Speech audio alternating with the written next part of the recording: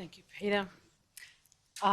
Firstly, I want to thank the Australian people for believing in our nation, in our great nation, in the goodwill of this country, and understanding that the vast majority of Australians want what's best for each and every one of us, including our most marginalised Indigenous Australians.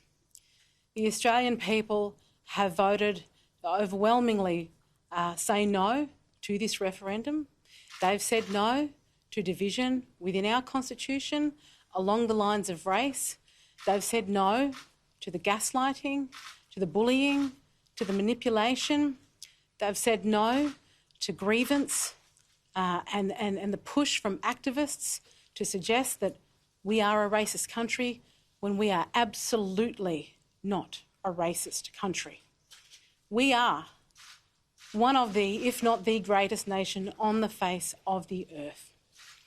And it's time for Australians to believe that once again, to be proud to call ourselves Australian, because until we can be proud, we can't form a position where we can be strong to tackle our tough issues within our country.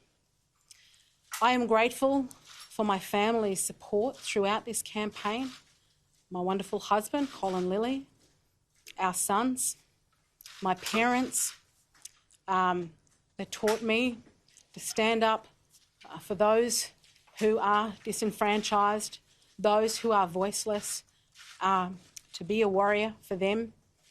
I want to thank the Fair Australia campaign, Matthew Sheehan, Stephen Doyle. I want to thank my wonderful colleagues in the Coalition, the leadership of Peter Dutton and David Littleproud, the Nationals, for coming out, drawing a line in the sand and saying no to this proposal very early in the piece, so that Australians could understand that it was okay. It was okay to recognise that this was a bad proposal, a proposal that the Prime Minister failed to provide detail on. When we kept asking questions, we weren't receiving any answers whatsoever. We could not be shown with any clarity, or it could not be demonstrated how this proposal was supposed to support our most marginalised Indigenous Australians, those who belong to some of my close family members. For me, my family experienced 3 funerals yesterday.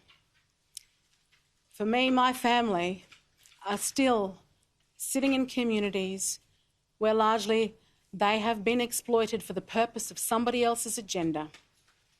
This referendum has yet been another one of those agendas, where it was suggested that 80% of Indigenous Australians supported this proposal when we knew that was not the case. When I knew, having spoken to people throughout the Northern Territory, to Indigenous people from the Northern Territory and right across the country, particularly in my role as the Shadow Minister for Indigenous Australians, that a vast group of Indigenous Australians did not support this proposal. And it has been a shame that throughout the campaign that we have been accused of misleading this country through disinformation and misinformation when it was a campaign of no information whatsoever. And that we called out where the Australian people were being misled, whether it was the claim that 80% of Indigenous Australians supposedly supported this when we know that they didn't, when it was the claim that this was just a simple advisory body, when the words advice, advise, or advisory didn't even appear in the question nor the proposed chapter. The Australian people were misled, and the Australian people saw this for themselves. And that is why the Australian people decided to vote no to this proposal. I look forward to the future. I realise that much work has to be done for us to be brought together as a country, because it has been such a challenging and heart-wrenching time for many Australians. For those of you that voted yes, please know that we as a coalition have always got the best interests of all Australians at heart. We want to make sure that we are fighting for a better future for all Australians. But going forward, we need to prioritise where our most marginalised are. As I've always said, the gap doesn't exist between Indigenous Australia and non-Indigenous Australia. It exists between our most marginalised, that we know, whose first language isn't English, who live in remote communities, and the rest of Australia, including the middle-class Aboriginal Australia that are doing really well for themselves, for ourselves. We need to focus our efforts to where our marginalised exist. And we need to listen to their voices. And as Peter said, no longer listen to the voices of the activists, of those pushing ideology onto us. The Australian people have said no to this. The Australian people want practical outcomes, a unified country where we can move forward together. Once again, I want to thank the Australian people for delivering this result. We hear you loud and clear. Thank you.